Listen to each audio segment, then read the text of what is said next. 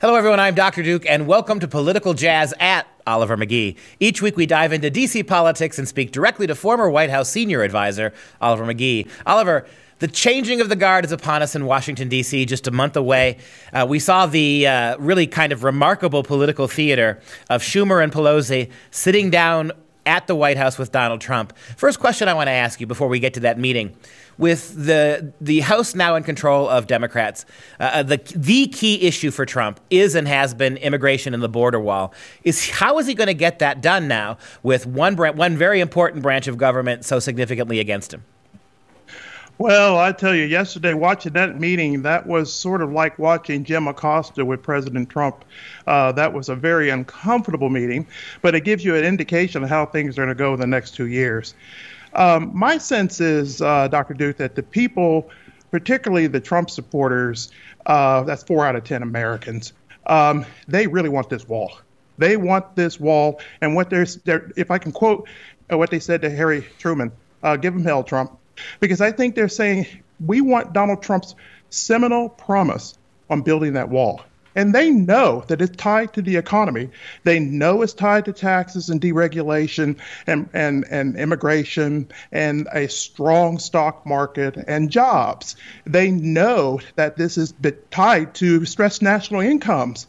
And more importantly, the rest of the world has followed suit. This is about America first. And the voters, his base, are really saying, Donald Trump's base, they're saying, give us that wall and then we will vote you back in for sure because we know his promises made, promises kept. You mentioned 4 out of 10 are staunch supporters. I think that's right. But I think on the immigration issue, if you could just pull the border wall and immigration, if you could just pull that issue out of all the other measurables, all those people in Wisconsin and Pennsylvania and Michigan who voted for him for president, they did it largely on the back of that particular issue. So I think that Donald Trump recognizes that's the one issue, perhaps, that he's got greater capital with the American people than any other. You're right, double down on this. But with what we saw from Pelosi and Schumer, what a clown show. I mean, they sat down with him. It's abundantly clear they felt that by winning one House of Congress, they felt that they could lecture him, right? When Barack Obama swept into power in 2008, he had the House and the Senate. That's when he lectured us that elections have consequences. Shut up and be governed now. One House and the liberals in the House and the Senate lecturing Trump that he needs to shut up and be governed. It's really remarkably ballsy of them to do that. Well, I definitely think that they were thinking about the judges. They were thinking about SCOTUS and POTUS. And also, I think that they're thinking about Trump's promise that Mexico is going to pay for the wall. Yes, they are, with the new USMCA trade agreement that was done. We think that's going to be about even as high as $25 billion coming in new monies due to that trade with Mexico. So they're paying for it anyway indirectly. And more importantly, when he finishes that China deal, look out for 2020 Trump, because that's going to be a ride for the stock markets. The stock market is going to be very relieved to see that China and the United States have a great trade deal that has been waiting for decades through numerous Congresses. And so I think that's going to basically tamp down a lot of this I want to take Trump out business. And I am so sick of this. I am so sick of this investigation, this constant investigation. We have to get ready for the next 2 years. It's going to continue on and on and on. The media has gone all in. The left has gone all in trying to stop Trump and to stop Trumpism and America first and everything that wall was standing for.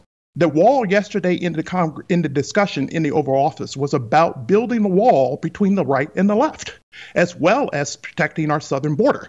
So right now, it's all hands on deck for the Trumpism and also supporters as well, making sure that you back the president and get that wall done.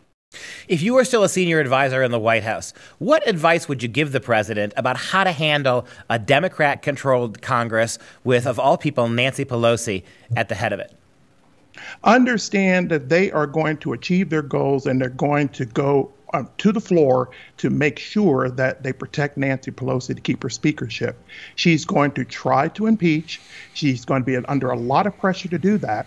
She's going to try to block the wall. She's going to be on a lot of pressure to do that. And the president has to stand firm in his promises made, promises kept, and then see who's the last person standing. It's separation of powers for a reason. And basically, we're going to find out who has the power. And I think it's going to reside in the White House and the presidency because the voters want the wall. The voters want trade, fair trade. Voters want jobs, and voters want good, strong household management and household management of the government as well. What do you think of the fact that with all the trillions of dollars that Democrats and progressives and even, sadly, Republicans are willing to spend, willing to get us in debt, that one of the major talking points of the left is $5 billion is going to break the bank? How do we square that hypocrisy? The $150 billion handed over to the mullahs, but $5 billion for a wall. Suddenly we found the one issue on which progressives are actually fiscal hawks. What do you make of that talking point? You know, I'm so excited about the new trade deals, and I'll repeat that again. When he closes that China deal and that new North American deal that has been done on trade, that's new revenue. When you're going in and you're not bringing in brand new sources of revenue, then what you got to do is to argue with a Chuck and Nancy about cutting costs and doing all kinds of other things. But when you bring in new revenue, Donald Trump said yesterday at the end of that conversation, I'm going to find a way to build this wall whether you are with me or not. And if you're not with me, Chuck and Nancy, God help you when you go back and meet the voters again, because that's going to be a big, beautiful wall that he really, really wants to do. And then when the wall is built, that's going to be a signature stamp on how you can elect a president and actually get something done in Washington. Right now, Chuck and Nancy is under pressure to get something done. If they go into the impeachment row and don't get anything done, the voters will meet them in 2 years. Oliver McGee, we want you in that White House. We need you in that White House. Here's hoping that you'll get back in that White House soon. It's always a pleasure, my friend. We'll talk to you next week on Political Jazz.